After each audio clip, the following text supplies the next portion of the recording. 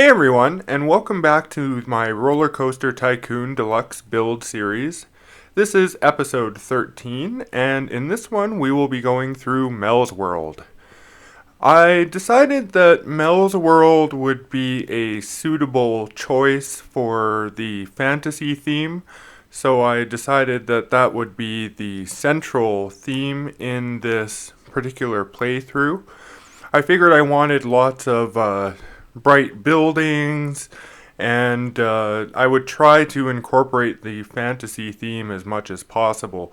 However, the space theme does sneak in there a little bit, as well as parts of the mining theme and the Roman theme, but I think I did a pretty good job overall, and this will mark the map in the original scenario set that is centralized on the fantasy theme, as given the upcoming maps, I don't think that there would be a better choice than this particular park. I really do like the way this park looks just right off the bat with the various scenery that's done for you, and so I tried to keep and accent that as much as possible. Neither the scenario goals nor the ability to generate funds in this particular scenario really present much of a challenge, and so I was pretty much able to just go ahead and build to my heart's content. I decided that I would use a strategy of just building outright the scenery right from the start and just basically approach the entire park all the way through. One of the more interesting aspects I wanted at the entrance of the park here was a fairly dense sort of like lakeside city, as there wasn't really much room to do sort of like a garden theme, which I thought maybe I would do at the start, was have like a large garden, but in the end I decided that I would go with a dense sort of building theme, which would allow me to provide some supports for the monorail and things later on as well, so it could travel over the houses.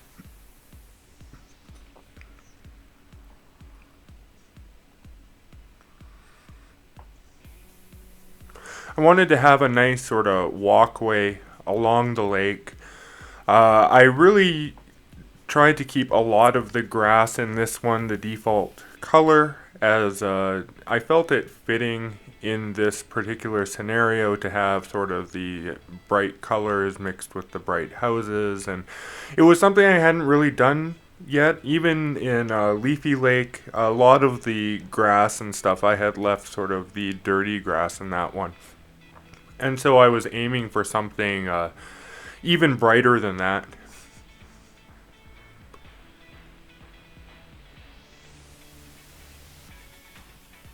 I did pretty much stay within this one area up until the point that I completed the scenario. I hadn't built that much by the time that I completed the scenario, but given the existing rides in the park, once you enter it, it's really not difficult to generate money or anything like that, so the need to expand was really not there. As a result, I do take a very slow approach. I pretty much finish out each additional area before moving on. It does give me the freedom, though, to really just sort of go all out in terms of theming. So rather than having to like keep a whole bunch of different ideas in my head, I can just sort of play out the one idea that I have and not worry too much about the rest, aside from a general like park layout, which in this case I figured that I would have sort of a monorail system combined with a chairlift system. The chairlift would go all the way to the back of the park from the entrance, and there would be like a combined monorail chairlift station at the back of the park to sort of save on space, along with a large roller coaster. I was only going to add 2 additional roller coasters. I did end up actually adding 4 roller coasters, although 2 of them I would say are like kiddie roller coasters. There's a single rail roller coaster I add, and a really, really, really small, like kid-like wild mouse coaster. And aside from that, I do a junior coaster and a corkscrew coaster, in addition to the existing inverted coaster and bobsled coaster. I don't particularly like the fantasy theme in this game. I find it to be the least useful theme, at least in terms of like actually creating an entire themed area out of it. It's pretty useful on an individual ride aspect in like making this or that ride sort of like a fantasy theme. But I find that like it gets a little repetitive if used repeatedly throughout the entire park. However, that said, I did find that I really, really enjoyed this particular build, and I'm really happy with the end result. Of course, I did lean heavily into the other themes just so I could make some different looking areas. This park is unique, similar to Aqua Park, in that you do get all of the available researched rides and scenery in this particular scenario. It's one of the few where that's actually true.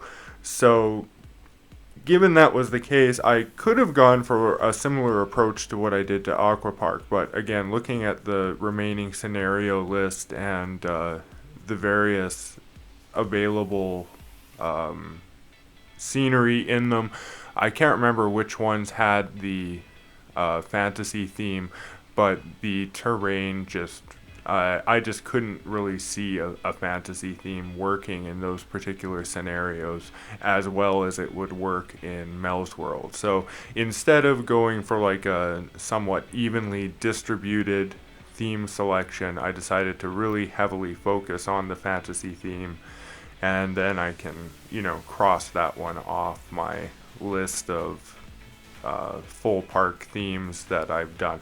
Even though technically I didn't make the entire park a fantasy theme in the same vein that I did with like Evergreen Gardens or Millennium Mines, where like the entire park is effectively the same theme, or Trinity Islands, things like that. But I came pretty close. I got bored with it, and I wanted the center of the park to be a little bit different. But aside from that, I stick with it pretty close. I don't know if it's particularly interesting in terms of like a fantasy theme. I might end up saying that this park is more of like a gardeny park as opposed to like a fantasy park, because I don't know if there's really much fantasy elements, though I did try to make several of the rides heavily fantasy themed with the cards and all that stuff. So those will be coming up here. The first coaster that I decided to go after was the Steel Mini Coaster.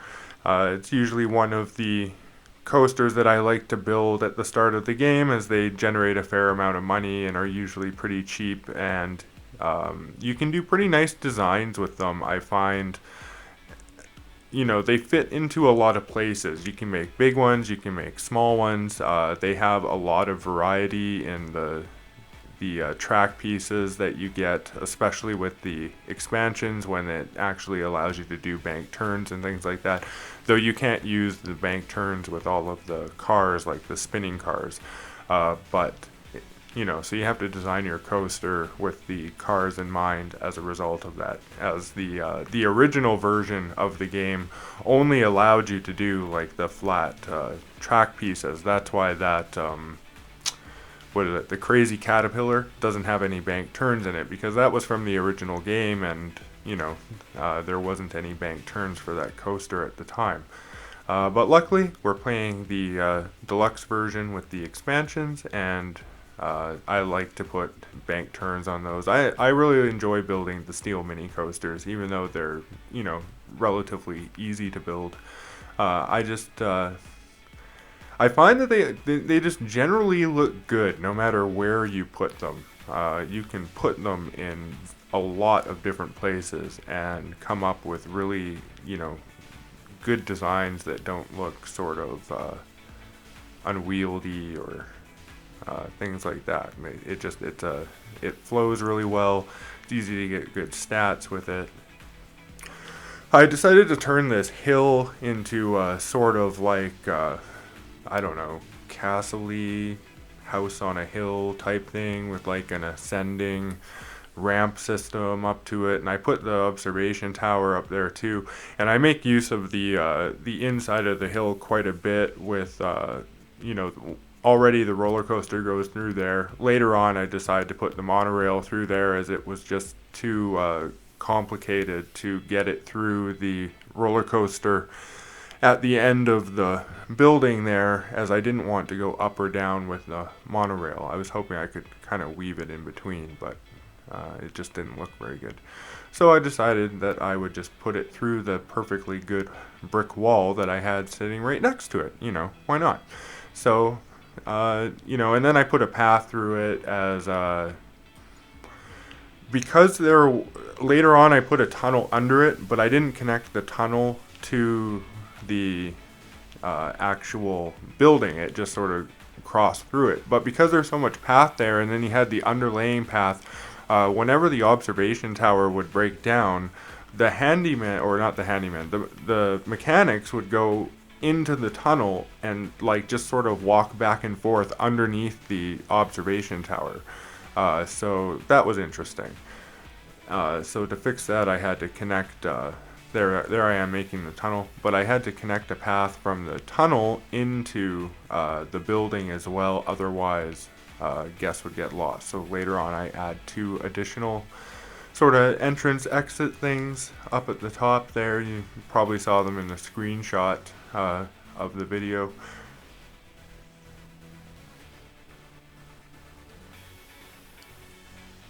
I was worried that there was a little too many junctions there, and I ended up being right, given that, the mechanics couldn't actually see a way up to the observation tower through all those junctions. But once I connected the inner path, it was fine, and nobody got lost or anything. Everyone was happy with it.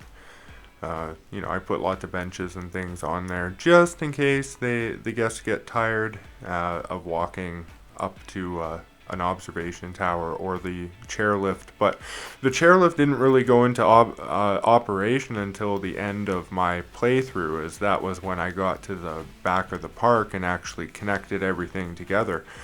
As I didn't want to send the guests back there quite yet, there was no paths or anything.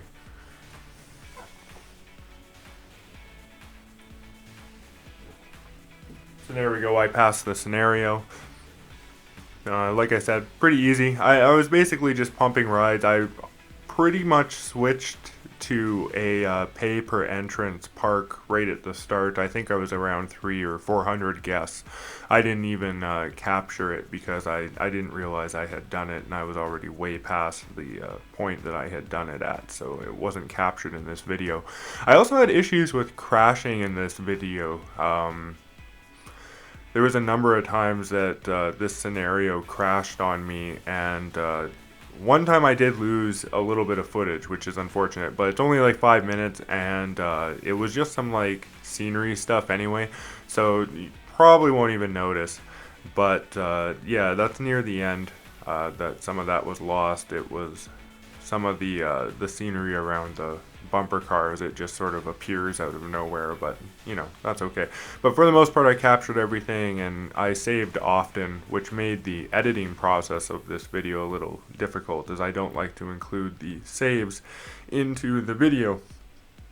So yeah, I was saving really often, which meant that in terms of editing this, there was a lot of really short segments where I'd like do a little bit, save, do a little bit, save, do a little bit, save, once I realized that this particular scenario, for whatever reason, was susceptible to crashing. I'm not sure if it's just the Steam version of the game or what happens, but I do notice there's a few scenarios like Evergreen Gardens that there's a access violation that gets thrown. I think it must be some sort of like configuration of the rides or something to do with like the layering of how stuff displays, and if you have things in like a certain layer and certain events happen or something, it crashes, because it seems to be fairly repeatable. Like I can load a game and not touch anything, and it'll happen. But if I alter what happens in the game, like let's say I close all the rides, right? So I'll like reload the game and a crash is about to happen. But if I close all the rides and then reopen all the rides, and that like changes things, it changes the state of the game, and then all of a sudden whatever conditions caused the crash no longer are true, and yeah, it doesn't happen. So it definitely has something to do with the rides, and something to do with, I think it probably has to do with like underground stuff, because it seems to be in particular scenarios with lots of hills or things like that, and underground stuff. But anyway, yeah, I survived, and I did get through the editing process, and I did get through the park build losing a minimal amount of stuff. There was a couple of times where I had to redo things because it had crashed, like, and I had just saved like 5 minutes ago, and I don't want to save too often, otherwise it makes editing a complete nightmare. So I have to sort of try to balance that. So there was a couple times where I had to like rebuild things, but for the most part it went pretty smooth as long as I saved often. But it did take me quite a while to get through this particular scenario. I didn't rush through it though. I only came into this build, much like with Aquapark and Millennium Mines and Carts and Coasters. I really only came in and did work on this scenario when I had some sort of like inspiration of something I wanted to build, as I really did want to make this whole scenario just like very, very picturesque. Like I want it to be great, just because I'm like that, I guess. I don't know. If I'm gonna put something out there, I'm gonna put something out there. So that's what I wanted to do. And like I said, I was really happy with the way this turned out. I do hope that it will show in the outro of this particular park. It's a pretty big park. This is now my, these last few parks have gone on for quite a while. I had to do a lot of building to do these. These have all been very long videos at an hour and a half. So the next one up is Mothball Mountain, which is a small area to start, but has a large area of purchasable land. So we'll see if I can't do that one faster. That's kind of something that I'm trying to work on, is becoming more efficient at park building. And it seems to be going the opposite direction. I'm getting less efficient at park building and more efficient at building more scenery in a smaller area, which is not exactly what I was aiming for, but whatever, I'll take it. So yeah, so I felt that I was pretty much done the sort of like lakeside town, I guess you could say, I don't know, entrance area. And so I really wanted to start sort of expanding off into the two sides of the park and start flanking around to meet both sides basically at the back, where the center chairlift was going to be built, the back chairlift station along with the monorail. So that was sort of my overall plan in terms of direction, was I would meet everything at the back all at once. And that worked out pretty good as well. It actually came together really nicely. I was able to gradually like sort of build out each side of the park, and then I sort of do the whole back side of the park in one go. I sort of build out all the rides that I want and put down the remaining flat rides that I hadn't used yet, and then just theme out the whole area. So I start with the left side of the park, and then the right side, and then the back. This side I wanted to have like sort of a beach area. I did want to use the palm trees, because I love palm trees and they're my favorite trees. And it's just unfortunate that the types of maps in this game that welcome palm trees are kind of boring. So I threw a little beach area in here, some palm trees. I don't know if it really fits, but I thought it looked nice. And I didn't do that anywhere else, though. There was a number of other lakes I did create in the map, but I didn't repeat the beach idea. I just figured this one area there with the yellow roller coaster going over top kind of kind of fit. It kind of made sense.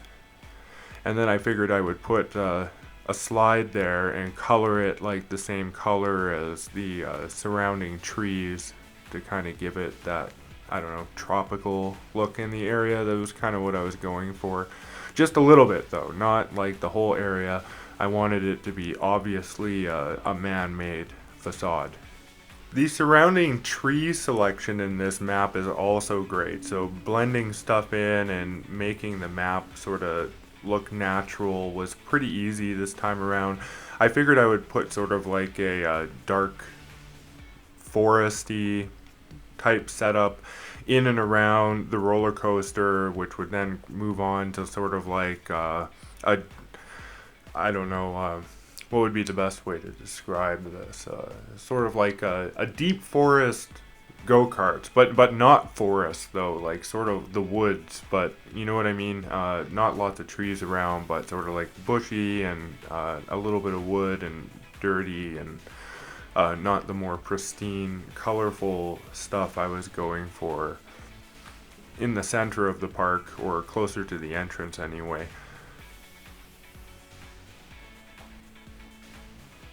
So you can see I'm putting in the dirty grass there to sort of lay the foundation of what I was envisioning.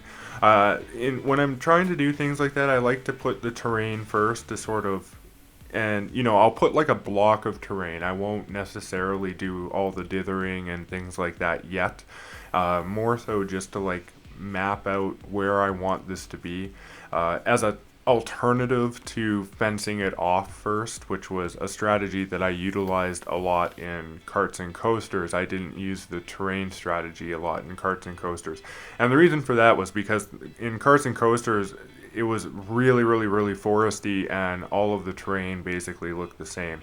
And so I was sort of going ahead with terrain, mapping out large areas that I wanted to cover, and then sort of fencing off smaller areas to do the detailed scenery, so I don't get too distracted, and so I have an idea of like sort of a limiting bounds that I want this particular scene to exist within, and not bleed over too much into other areas, and also just to make it consumable, right? Because you can't theme and do everything everywhere all at once, and so you have to figure out a way to sort of section that off, and there's a variety of ways to do that. And in this one, I used a combination of the two, because I did want to leave a lot of the terrain as the sort of bright green, and then I used the sort of rocky pattern for a lot of the paths, combined with the more grayish sort of shingles, and then using the lighter what is it, like orange or whatever, for the actual building shingles. And I do find that as long as you stay consistent with those, you can make things look pretty good. The one downside I do find with this game is you only have so many different terrain and stuff options, particularly in the original scenario set. You do get a few more when you play the expansions, as there's more stuff that was added. But in the original scenario set, the terrain options really are quite limited. You have to be really, I would say, innovative with the terrain to get different looks and not make everything just look the same. So, a good way to do that is to use the same patterns but inverse what was done. So a good example of that is what I did on like Trinity Island, where one island was sort of like dark black as a base with wood and brick, and then the other one was mostly brick with a brick base and then some wood and stuff around it. And so it was the same terrain textures, but they gave off two different looks because of their placement, and most importantly because of some sort of consistency, where within a certain realm or domain, a certain color has to represent a certain thing. So you can't use like something that's a roof in places that are also like a wall, and then also like, you know, like underneath a path or something like that. You don't want to mix and match things too much, like something that, you know, a wall color should always be that wall color, at least within the same domain, until you switch over to another domain where you're using a different system. But within that system, as long as you remain somewhat consistent, then it at least gives off like sort of, you know, things are identifiable, and that's really important when you're trying to come up with some sort of theming. You know, I do find that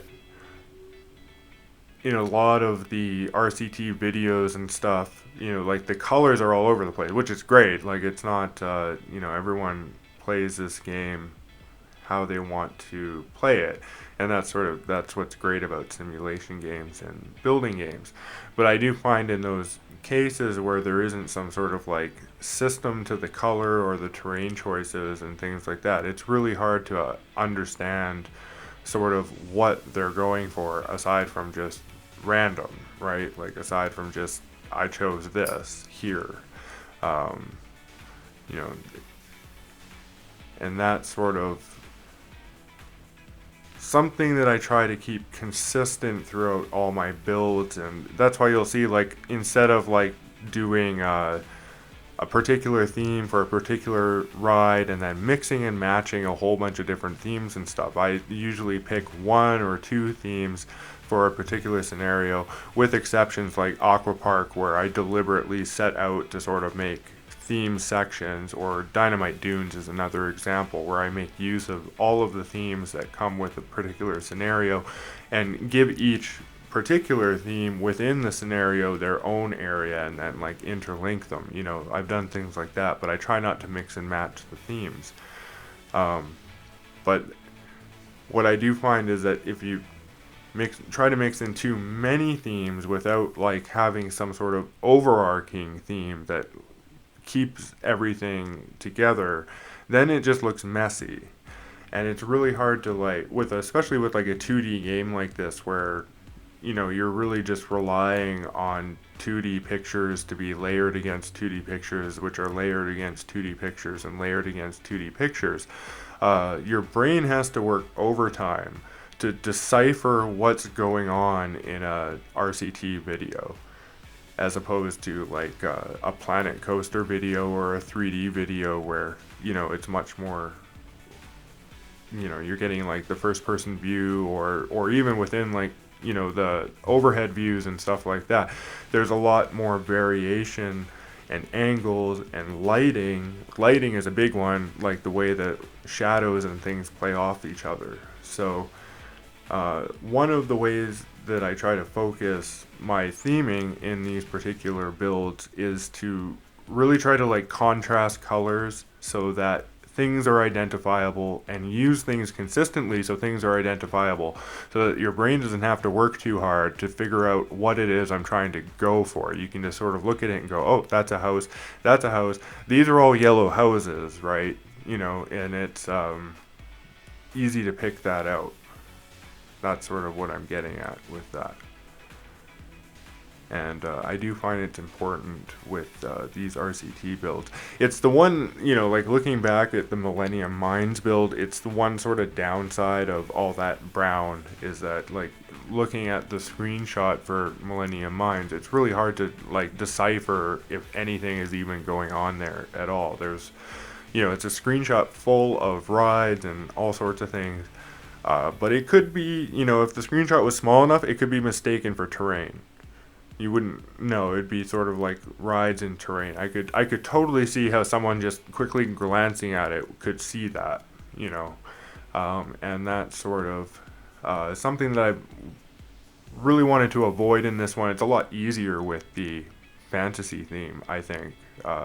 You know, I really wanted to do something, again, with lots of colors. And this seemed like the best choice. And I really did have a lot of fun coming up with a variety of colorful themes. I decided I would do the swinging ship here. I wanted to give it more of like a rocky feel, And this would sort of start into a more rocky sort of, dirty grass lakeside look along in and around the back, which would border along what was going to become the space section, which I basically stuck right in the middle of the scenario.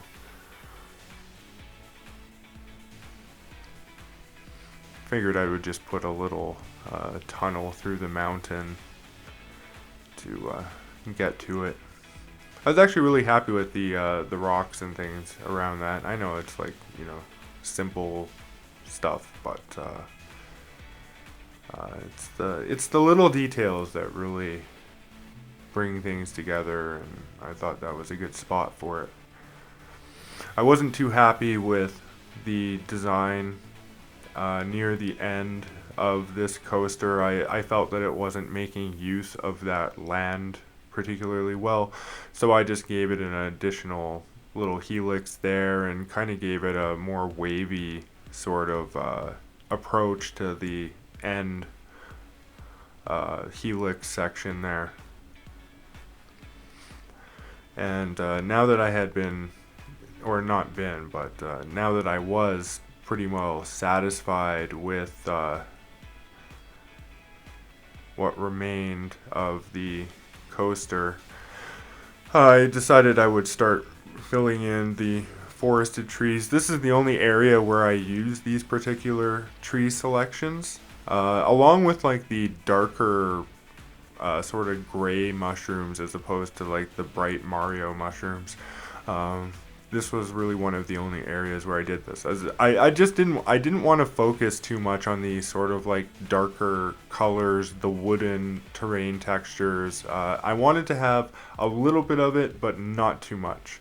And really just the little bit of it is just because I find the fantasy theme in, excess to be fairly boring, like I was saying. So, the mix of a little bit of wood stuff here for this ride here, and, a little bit of a space section, Roman architecture, on top of buildings and things like that. Not necessarily because there's like a Roman theme going on, but just because the pylons and things look nice, or the columns. Just things like that. And the statues. I find the statues in this game to be probably one of the most useful scenery items, as they convey a lot. You can sort of have like some terrain and, some decorative flowers and something, and then a statue, and the statue really stands out. You don't have to do a whole lot to have them make a big impact in the scene. And so the Roman statues in particular I find pretty useful. I did stick them on top of the chairlift building at the entrance there. This is one of the more interesting rides. I thought this was kind of my first attempt at actually making a fully like fantasy themed ride. I wanted it to be the cat car ride, and I don't know, I just started making some sort of like weird wacky looking building with some ins and outs and tunnels, and then I was gonna stick like candy on it and the cards, and again, I don't really know what I'm doing with that theme. I don't have any good ideas for that theme. I just sort of stick stuff together. It's really not my favorite theme. But I do like what this ended up turning into. Later on, I decided to take the outer layer of cards off and replace it with the white sort of picket fence so that you could see the cars driving on the outer edge there, which I think makes it look way better. Unfortunately, I don't do that until near the end of the playthrough. It sits like that for most of the playthrough, but when I come back to this area, just looking at it, it felt like it was too many cards. There was too much obfuscation of what was going on, and replacing it really cleaned up the look of it, I think, and made it much more approachable.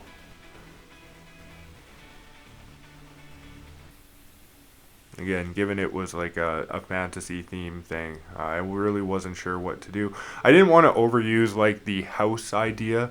Like houses are cool and things like that, and little buildings and things, but I didn't want to have necessarily like proper houses everywhere. I felt the one with by the go karts kind of was fitting, and I tried to make the monorail station and the roller coaster stations quite a bit more interesting. But in terms of building design in this one, I really wanted to stay away from the sort of like generic housing look, aside from like a few small buildings, which given the footprint of the building that I'm going for, there isn't a whole lot you can do given the limitations on the terrain to come up with sort of like a more unique idea that doesn't that again doesn't fall back on the idea that you have to make your brain work really hard to sort of identify what that particular building is. So, in that sense, some small houses here and there, like that yellow house in the go karts, and even at the start of the map there, there's the large one on the hill. But aside from that, I did try to give the stuff that was surrounding the merry-go-round and the twist and things a little bit more definition. Uh, Taking an inspiration from the car ride, I decided that I would now try sort of a similar idea, but this time with the Wild Mouse ride. Except instead of like building like a large sort of fortress looking thing, I decided I would go for a more like conventional, I don't know, haunted house style, that you see at fairs and things like that.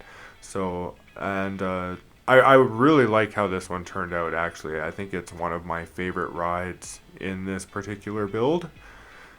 So, yeah, I like it better than the other one. I would say that this one gave me some inspiration in terms of maybe some future stuff I can do with the fantasy theme. I think that the end result of this one is a lot more closer to kind of how I envision how I would like to use the fantasy theme going forward, especially in like the expansions and things like that, where I'm going to have a lot more options just in terms of seeing, like, it's going to be a lot easier to do fantasy themed stuff once I have more themes that are sort of fantasy like the space theme. Like, I would say the space theme is the closest thing to the fantasy theme, just because they're both fantasy to some degree, right? Like science fiction is really close to fantasy in terms of realism and things like that. It's sort of the same but different. And so aside from that, the other themes are heavily based on real life areas or historical areas, and I find that that's why in Dinky Park I've mixed the two. I used fantasy and the space theme, and I think every time that I've sort of really gone into the fantasy theme, it's been alongside the space theme. Even in Aqua Park, where I didn't use the fantasy theme a whole lot, I did have it there alongside the space theme. So in my mind, for some reason, the two are heavily intertwined, and it's really hard to have one without having the other, just due to the fact that they're sort of boring, each on their own. It sort of overdoes it. Like I think like the space theme suffers from the same issue, where I don't think I could do a park that's entirely space. I've been thinking about it, and I almost did it or something similar, at least, like a good chunk of the park with Millennium Mines. But in the end, I decided against it and went for the mine theme across the whole park, which I think was the better choice anyway, given that it's like the best candidate for a mine themed base park anyway. So that was fine. But I've been trying to sort of map out when and where in which scenario I'm going to do the space theme, and I think Thunder Rock is the best option, honestly. Like I think it makes the most sense to do it on Thunder Rock. You do get the space theme on that one, and so that's probably where it's going to be, but I haven't quite decided yet. So now that I had sort of finalized the left side of the park, or the eastern side of the park, I figured I would move on and do the west side so that all of the areas that had pre-built rides would be themed, and that would just give me the freedom to sort of map out what I would want to do with the remaining area. And when I do these builds, I do like to try to bring, like, if there's existing rides and stuff, I don't want my stuff to sort of stand out like a sore thumb, right? Like if there's some elaborate coasters and things like that, you really do want to try to build things that are going to blend in or not seem like were added by somebody else, I guess you could say. You don't want to make it look like two different people built the park. So from that sense, I wanted to, the two coasters that I did build, I wanted to be fairly complex and to be pretty interesting. And then, of course, same with the two kiddie coasters. I wanted the theming on those to be, you know, uh, enough that it would blend in with the rest of the park and sort of compensate for the fact that they're not giant coasters. Because with the giant coaster, you don't have to do a whole ton of theming. They're kind of like their own theme on their, unto themselves. Like, yeah, I usually try to put some little underground segments and tunnels and houses and things that they go through. But for the most part, a coaster, sits above theming because it can travel so much space, and it's got varying amount of height, and so working them, they're sort of like something that you have to work into a particular theming area, as opposed to trying to make your theme fit the coaster. You have to make the coaster fit the theme.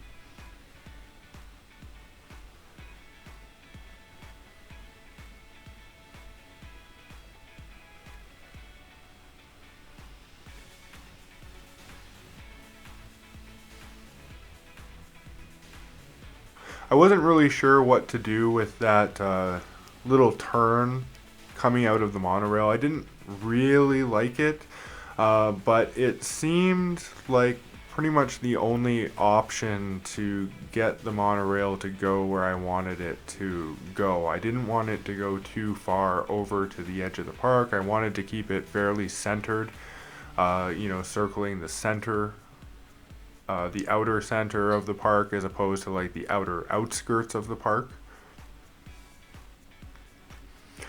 So what I decided to do was extend the monorail building so that it was larger and covered that turn. And I probably do that fairly shortly here.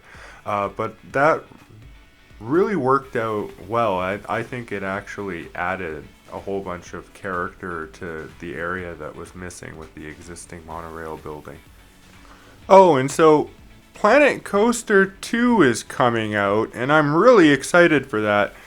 What causes me some dilemma in terms of my channel is I really did want to do Planet Coaster content, but I wanted to do it sort of following RCT2 and RCT3 to sort of progress into Planet Coaster, which is the next evolution from RCT3.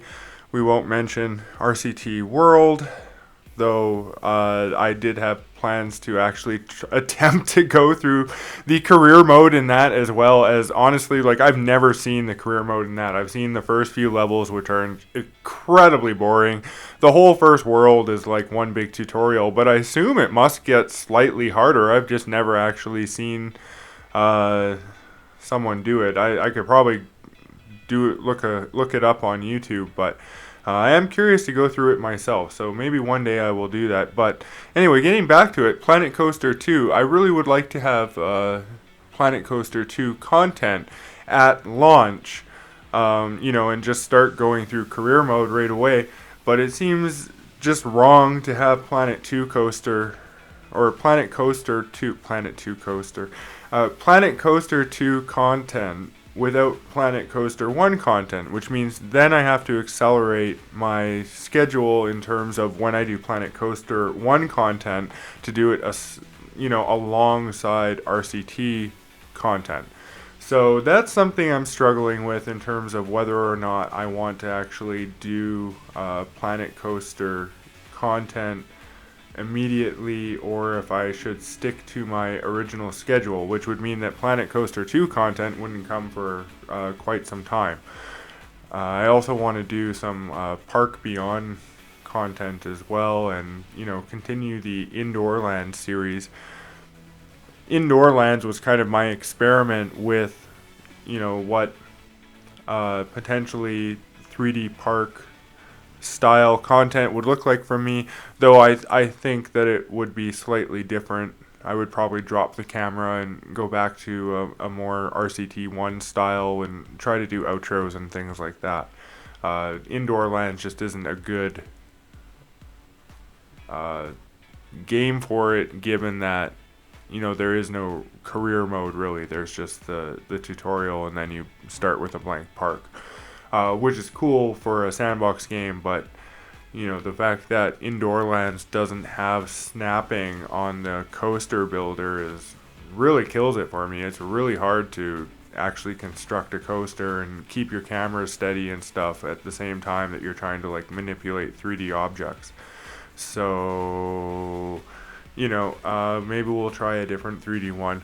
Maybe I'll do some RCT3 content. I might just alternate between all of them moving forward, where I'll do an RCT3, I'll do a Planet Coaster. By that time Planet Coaster 2 might be out, so I'll do a Planet Coaster 2, a Park Beyond, and then swap back to RCT.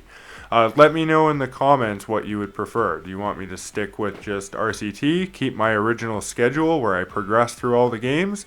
Do you want me to mix it up and just start throwing in different park building games? Would you like to see more games where I expand into things like the original SimCity, SimCity 2000, 3000, 4, go down the whole SimCity line?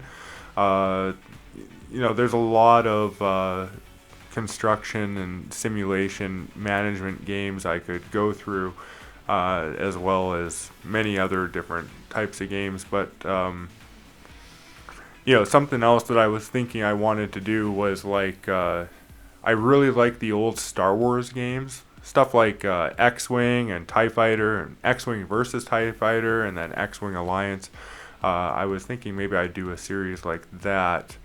You don't see a whole lot of those on YouTube, but I don't know if that's too far out of the realm of what my audience would expect from me. So, but anyway, let me know in the comments how you feel about these various options.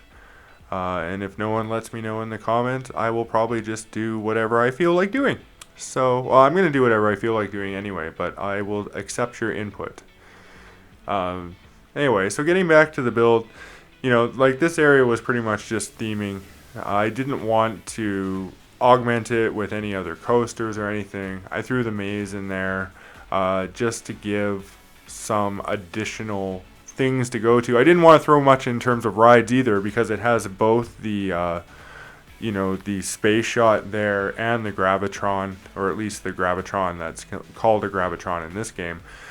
But I didn't want to throw much else in there, because with the monorail and those two other flat rides, it sort of monopolizes all of the flat rides, and I was running out of flat rides at this point. I didn't have much left for the back section, which needed a few there, given that the area is so expansive. You want to have things for your guests to go to every so often, and if you stick too much at the front or stick too much in a particular area and you end up running out of rides, then you end up having to like really space things out. And even then, I probably could have like built another couple rides. I was debating putting like two large roller coasters at the back instead of one, like sort of one on each side of the main chairlift monorail station building that I was going to have. But after I sort of looked at how the rest of the theming in the area was going, I decided to not build two and to just build one, so that one side of the building wasn't like occluded with a whole bunch of coaster tracks. So for those that really enjoy seeing parks that are just crammed full of coasters, maybe in like in sandbox builds or something like that in the future, you'll see stuff like that for me, because I do enjoy like trying to just cram as many coasters into an area as I can. But in terms of this various scenario play, sticking with the heavy theme oriented builds, I think is at least what I want for the initial series with each game. And even with like RCT3 and Planet Coaster and things like that, I would probably go out of my way to try to do some sort of theming. Although when it comes to Planet Coaster, it won't be to the point where I'm like using mods and things like that. I will stick within the game's realm of what it allows. I'm not gonna do like import a whole bunch of custom models and things like that, like Moon and Little Socks does. Which, if you don't know who Moon and Little Socks is and you want to see some just like absolutely insane Planet Coaster builds, go check out his channel, because they're just nuts. Really great stuff.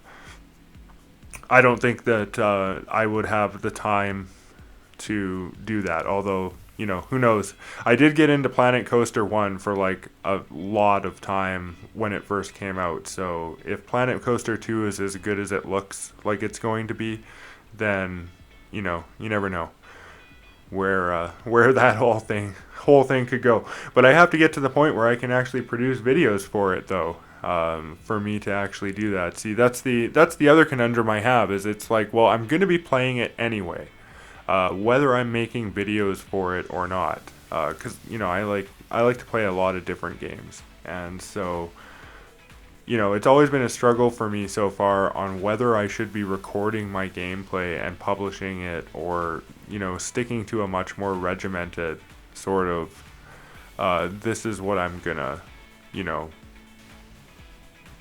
sort of declared series and high quality effort, and I don't want to just put out a whole bunch of videos.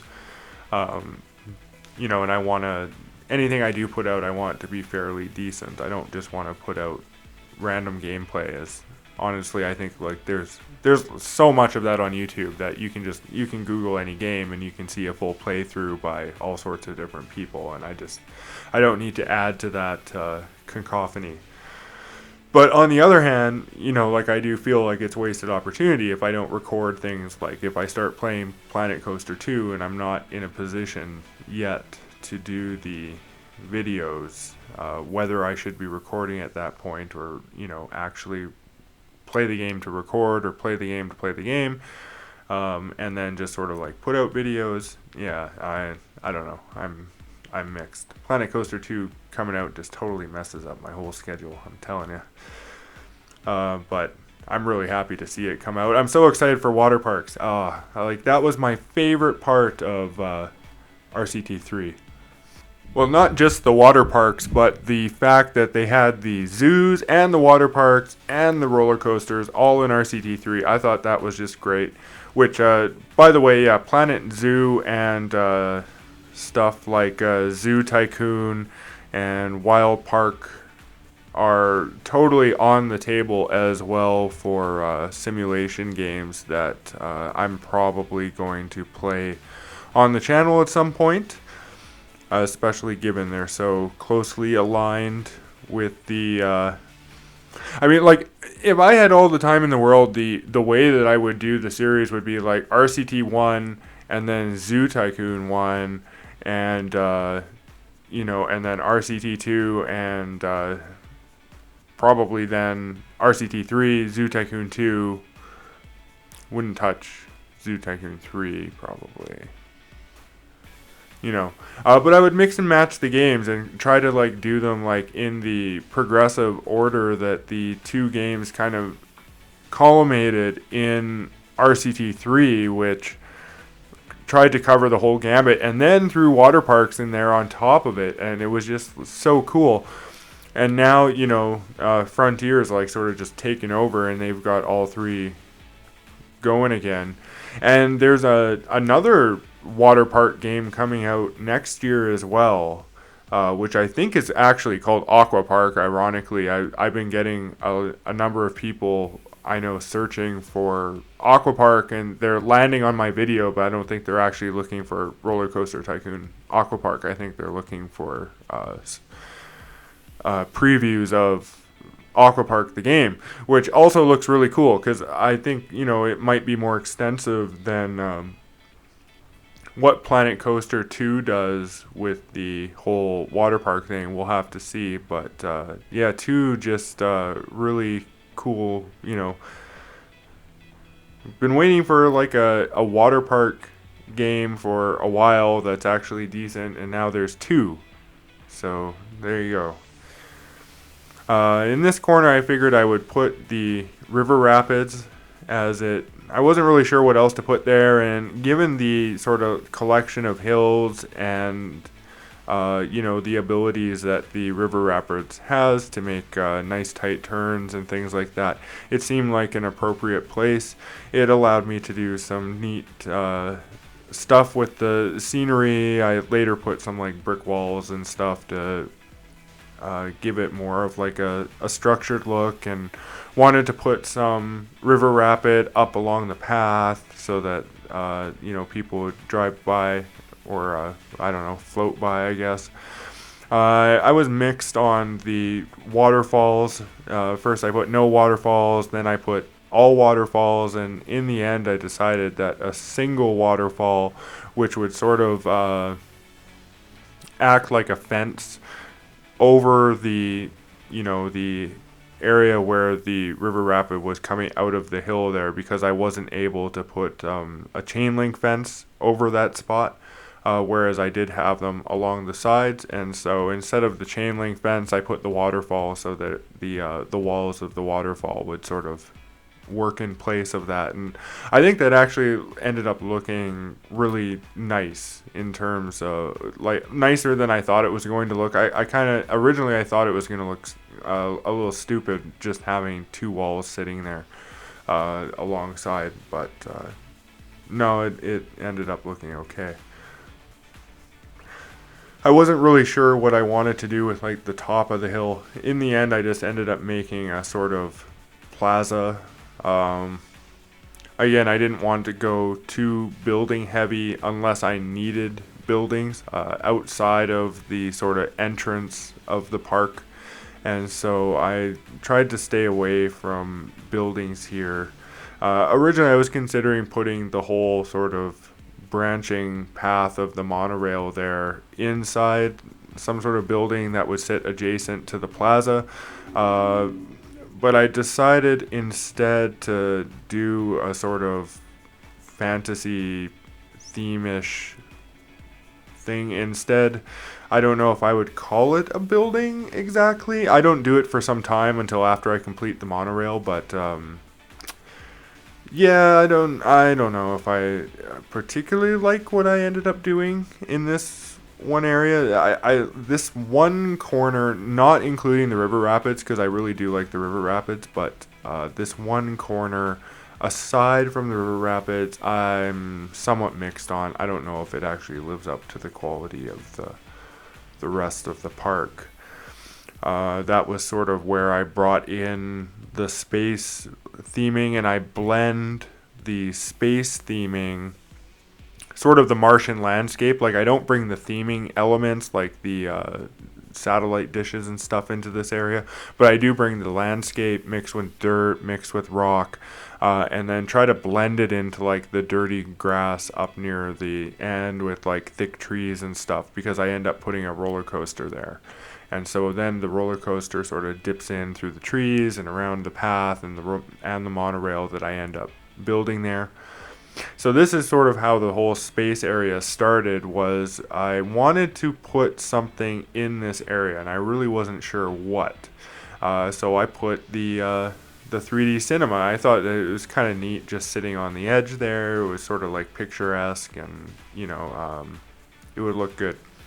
And then I put the path, the red path, and I was like, oh, that looks not too bad. But I really wasn't sure what else I could do with this sort of like platform area. Again, I wanted to avoid building a whole bunch of buildings here. And then I started looking at the space theme, and I just started plopping things down. And this was how the space theme started. Was this. I got started on it, and I may have just gotten carried away. And then so by the time that I was like done building all of these different things around the platform and things, I was like, oh, well, why not have some landscape? So let's start building some landscape here, which also mimics the space theme. And then so what I end up doing is because I couldn't figure out how I wanted to blend the landscape into the various borders. In some places I put borders that have like wall sections that sort of separate it, which works well enough. But with the space theme kind of stretching off in, closer to the west doesn't really have, where I wanted it to blend into the rest of it. There isn't really well-defined areas to put walls, and I figured that anything that I did set up there would kind of look silly because it wasn't structured, it was just terrain. And so then dithering seemed like the next available option. And so I pushed the terrain up, and then sort of like try to blend it into like forest. I'm not really sure what I was going for in terms of terrain. Like, it would obviously have to be some sort of like man-made thing that they did, but I just wasn't really sure how to like sort of cap off the space section once I had started it. Originally I was going to keep it just on this side of the path that I'm building on here and just have it like sort of this section and this section only. That's why I put the two large sort of space station-y looking things. It was sort of going to be like, this is the entrance to the space area. But then when I started looking at like what was on the other side of it, I couldn't really come up with anything interesting, I guess you could say. I had sort of done everything interesting that I had thought about in terms of what I wanted to do with this scenario. And so it just made sense to me that instead of trying to come up with something new, to just give the space area a little bit more breathing room and allow it to sort of encroach up towards the building at the back of the park. And then, with the various walls and then the roller coaster sort of acting as a barrier, which it has yet to be built, but once it is built, it'll act sort of as a barrier, which combined with the walls and stuff, that sort of sorted out how the space area would interact with the surrounding areas on all sides except for the western side. And it was on the western side that I couldn't really come up with any other ideas other than to just try to blend it into the terrain. And so as a result of that, I wasn't really sure what else I could do with the area, and I had run out of rides, and so I sort of dedicate this blend area to also be the area where the large roller coaster at the back does the majority of its roller coastering. In which I like overall, again, I think it does work pretty well. I'm just not certain if that area really lives up to the rest of the park. Sort of starting with this thing that I'm building here, which is the thing that I was talking about, where it's not really a building. Later on, I put some different terrain, and I try to do this up. Yeah, there we go. I throw the candy things in there. And yeah, and I was like, okay, well, whatever. It's a thing, it adds some color and variation, and it's got some like sort of wacky looking tunnels for the monorail there. Like it's okay, but yeah, I'm just not certain if it really is as good as the rest of the park. I think the screenshots from the rest of the park look a little bit better than this particular area. But on the flip side, I do like the roller coaster that I ended up building for this area. So, there is that.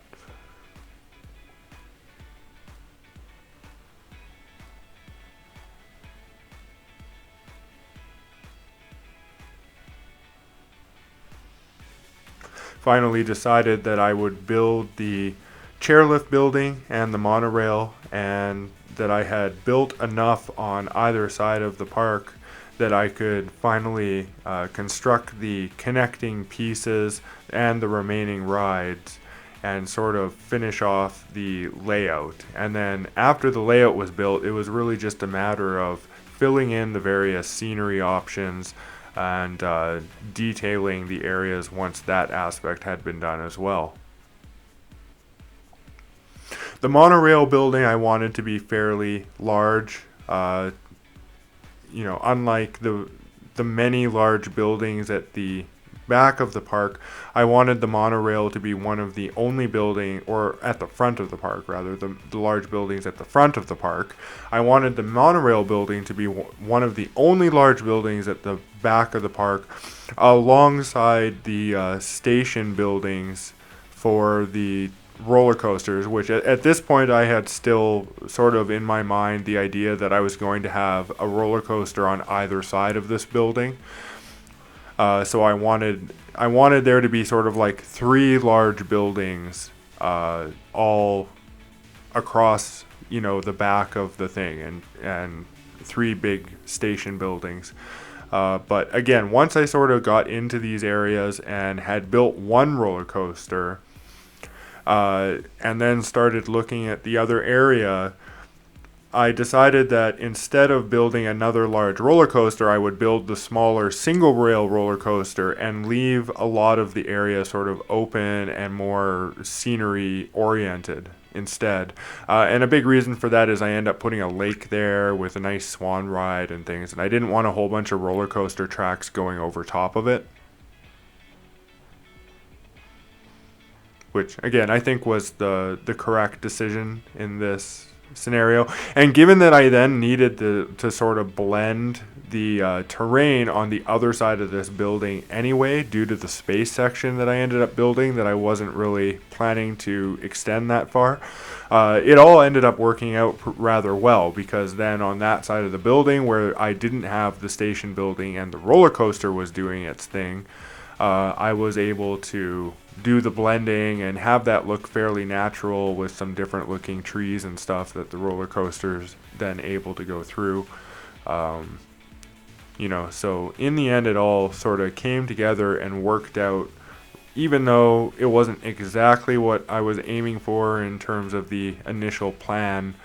That's often how these types of things go, though. When you're playing these games, you have a vague idea of what it is that you think you're going to accomplish, but once you get down into it and you start actually, putting pen to paper and putting some of these ideas into existence, you'll find out that you don't have enough room here, or this isn't going to look that good. Leafy Lake is a good example of where, coming into it, I had this idea that the lake was about 30% larger than it actually is. And so as a result of that, I had to cut a number of ideas I had for that one as well. But in the end, I don't particularly miss the third station and the other roller coaster. I think with a total of 6 roller coasters, this park has lots, given the size of it, and they're all pretty evenly distributed. So the entrances are all across the park. You never have to go too far in this park to get to a roller coaster here and there.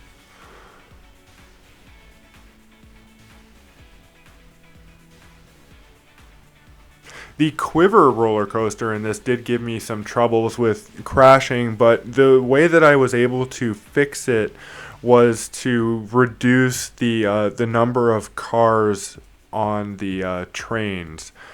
I think I reduced it to 5 cars on the trains, and that reduces the momentum to the point where when they're coming into the station, they're no longer at risk of slamming into the back of the already,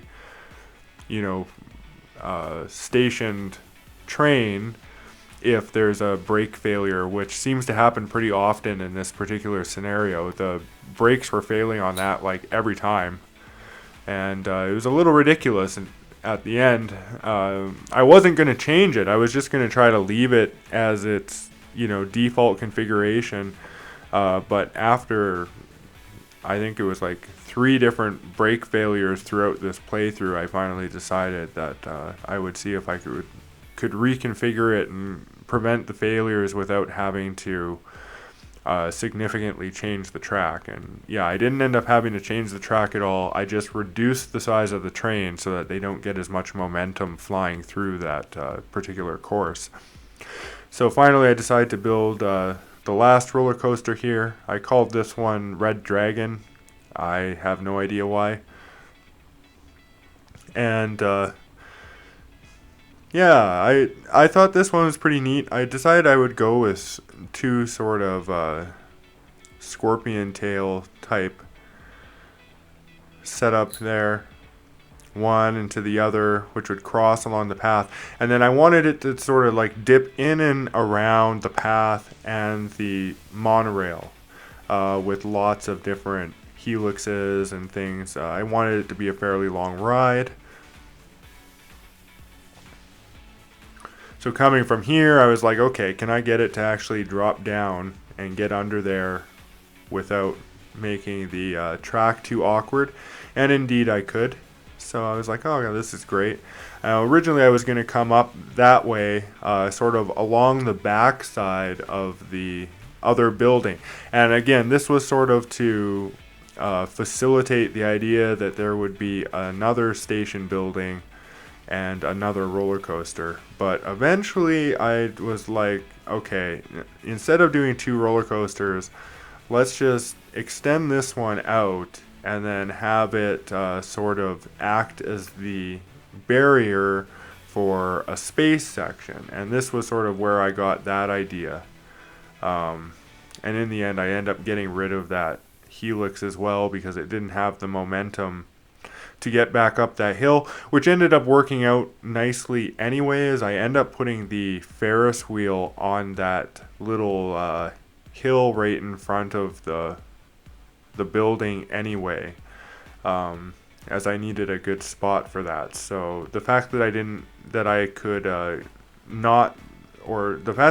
couldn't put the helix there actually ended up working out. I think if the helix had remained there, that area would look a little awkward given what I ended up doing with the theming with the rest of it.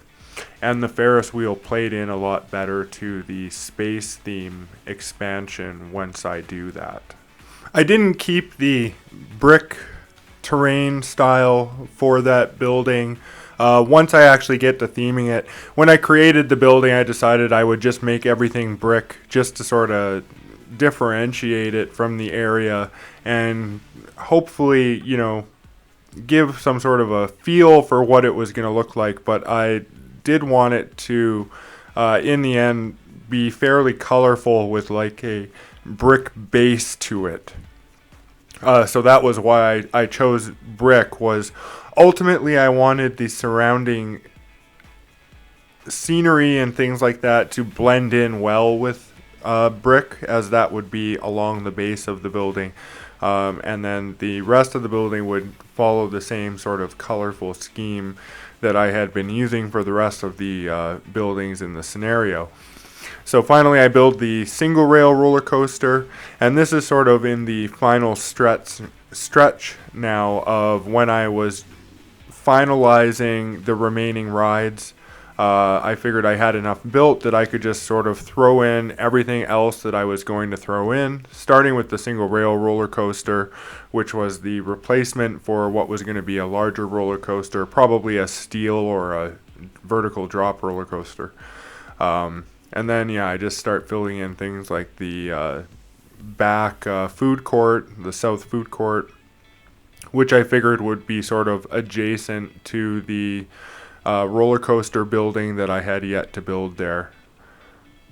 Some extra paths, the Ferris wheel, and then the final ride that I end up building in addition to the Ferris wheel is a Space Rings, and that is it for the rides. So from this point on, it's scenery. Now detailing the different areas. Again, I wanted to ensure that I had sort of fencing all along the park boundary.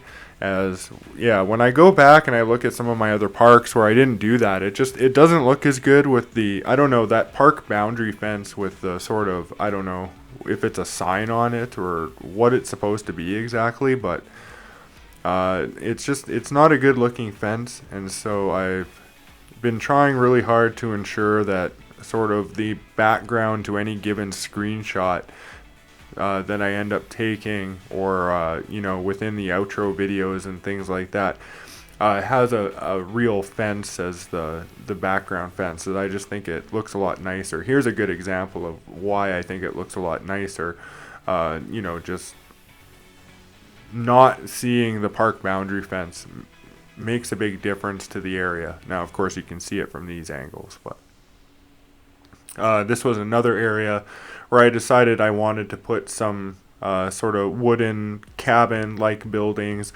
I wanted to section this whole ride off, so it ends up being sort of hidden behind wooden fences on all sides.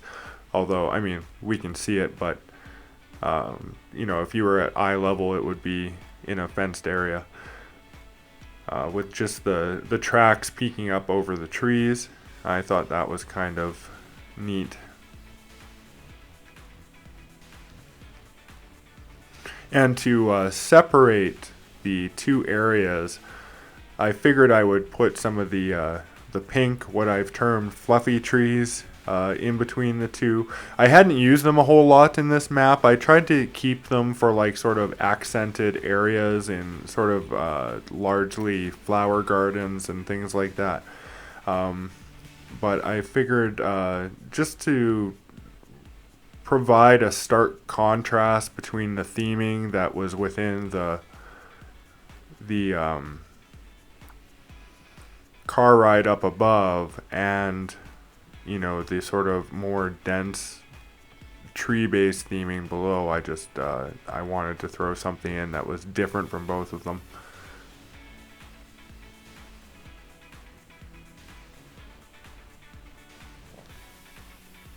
The detailing section of this video did go on for quite some time.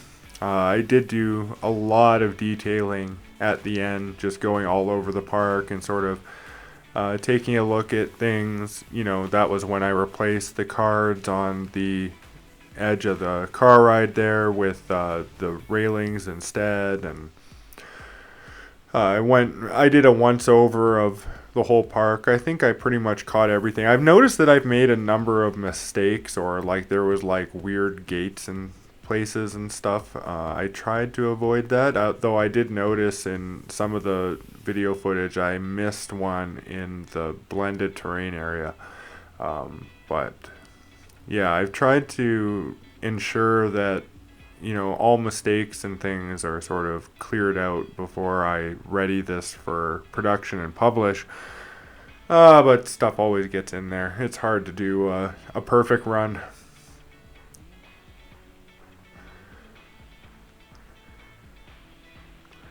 Yeah, once this area started coming together, I figured that I really wanted to leave it open, and with the swan ride and everything there, and I think it ends up looking really nice. I think this area of the park is actually probably the nicest area of the park, with the little pond and then the path that goes around it and the nice fences. I put like a little flower garden in the corner on the opposite side of the station a little bit later on here. And yeah, and with the building that I built for the Swan rides, it's a little bit different of a design than anything I've done before. I put nice high sort of ledges up against the track as well, which gives a nice look, I think, combined with like the sunken entrance and exit buildings. And yeah, just overall, I just really, really like this area of the park. Like, it's kind of funny. The left side, or the the eastern side of that building, I think is probably the best looking side of the park, and then the western side of that building ends up being what I think is probably the worst looking side of the park. Although, again, it's not like it looks what I would term bad. It just doesn't look as good, if that makes sense. But I did try to do something with it.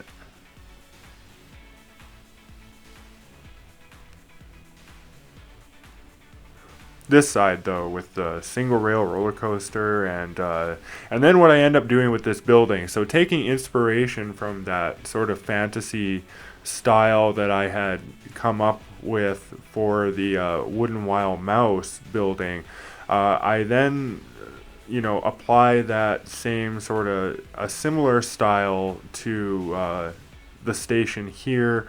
I wanted a sort of little out part and a little bit of colored houses, and then a large building that would cover the whole helix and everything, and the station right in front, right behind the food court, and that would also house the queue line and things like that too. And yeah, I'm really happy with how that building turned out as well. Or I guess you could say it's really a collection of buildings, because in the end, when you look at it, it actually looks like three distinct buildings. Although, it's really just one building, sort of. But, yeah.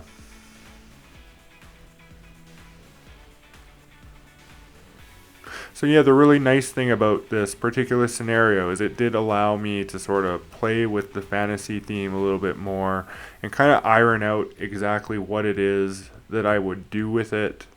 If I did decide to do something in the future that was a little bit more extensive.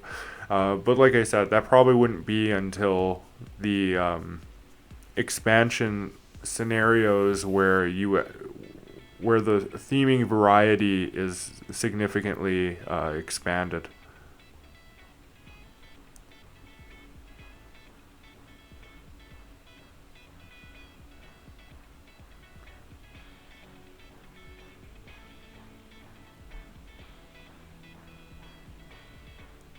Overall, I wasn't really sure what else to do with this building, so I just started making some sort of like wacky roof stuff and a little spot for some statues on top, and throw the cards in, candy thing, you know. Um, yeah, in the end, I think it looks okay.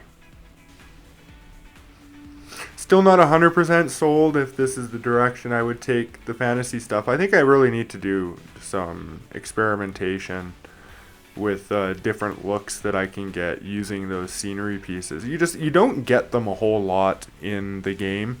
And honestly, in a lot of the scenarios that you do get them in, they contrast with the theme that I'm trying to go for also. So I may not necessarily want to use them, even though you do get them in that particular scenario, or whatever scenario it is. I'm just talking in general here. But aside from the mushrooms, if anyone that's been watching my stuff knows I really like those mushrooms, and I really feel that they should be a generic item and not part of the fantasy theme, as they're really useful in a variety of scenarios. Much like the flowers, I view them the same way, and I really wish there was rocks too. But yeah, we've had this discussion before. So now that I had the flower garden in and I had an idea how the layout of this area was going to kind of look, I figured I would just sort of use the monorail track as a divider with some bushes and things like that to sort of separate the two sections. I didn't want to have a whole lot of visibility between the two areas so that they felt distinct. Here we go, I'm expanding the space area and swapping between space area and doing the detailing in here. This is the final detailing I think that I have to do in that area, and then I move on.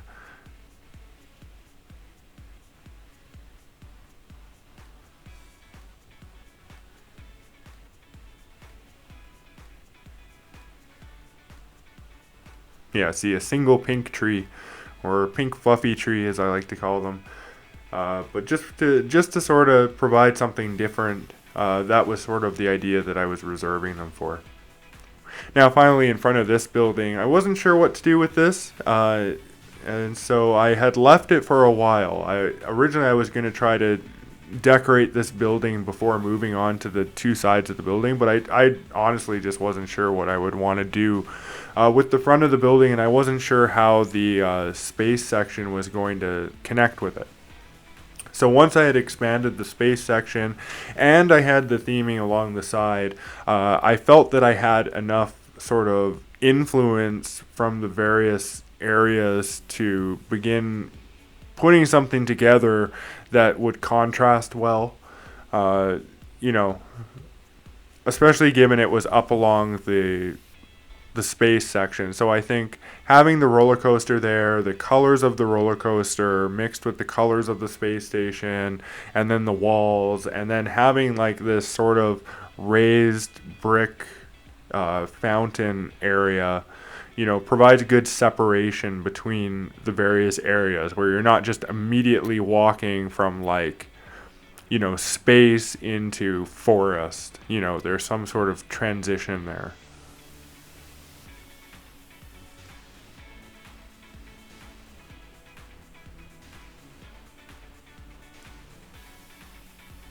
Thought it was kind of neat having like the chairlift going in directly above the main entrance there, up high above. Had to throw in the volcano because given that I wanted to sort of turn that area into a dithered blend. See, now here's where I was figuring that out. It was like, okay, what can I do with this? You know, I tried the walls, and the walls just looked silly, especially given they were around the volcano. I wanted the volcano so that there would be some sort of like transition piece coming from whatever was going to be over here into the space area. But the walls just didn't look good.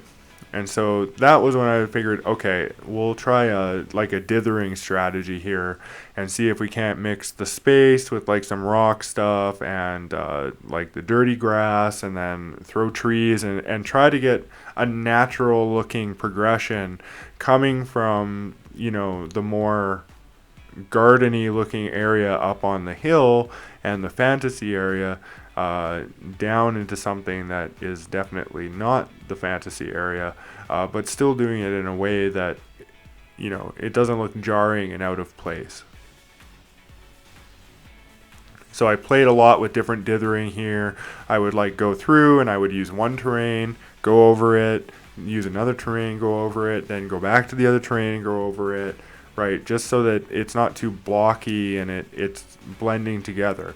And the idea was that on the left side, closer to the space section, it would be majority, you know, like the Martian terrain with some rock to separate it. And then on the right side, you would have a little bit of Martian terrain, a little bit of dirt, you know, sort of like an even split between Martian terrain and dirt, and then mixed in with the dirty grass. And I think in the end, like, this actually ended up looking okay. I would say it was probably one of the more challenging theming ideas that I had come up with given that I just didn't have any other idea for how to deal with this particular section and blending all this stuff together and sort of bringing everything to a close here.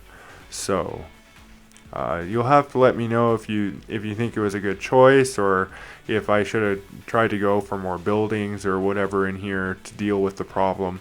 I did throw this path in, which I think helps. It gives it this sort of like wildernessly feel walking through there, and you would have like the coaster up ahead and stuff like that too. So,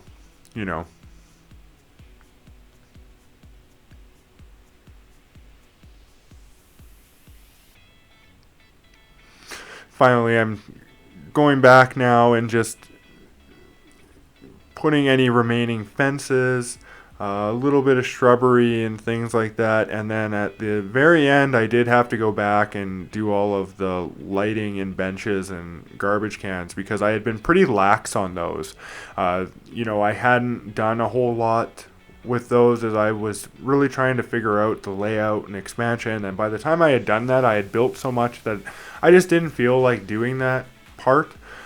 Which, got me some red notices about how dirty my park was and stuff. But by the end here with the outro, the park is nice and tidy and everything's good and nothing's vandalized. Actually, I had very little issue with vandalism in this park, even given the fact that my park's paths were disgusting pretty much the entire way. I only had to replace one bench and one light, which is just amazing in a park this size. So that was pretty cool.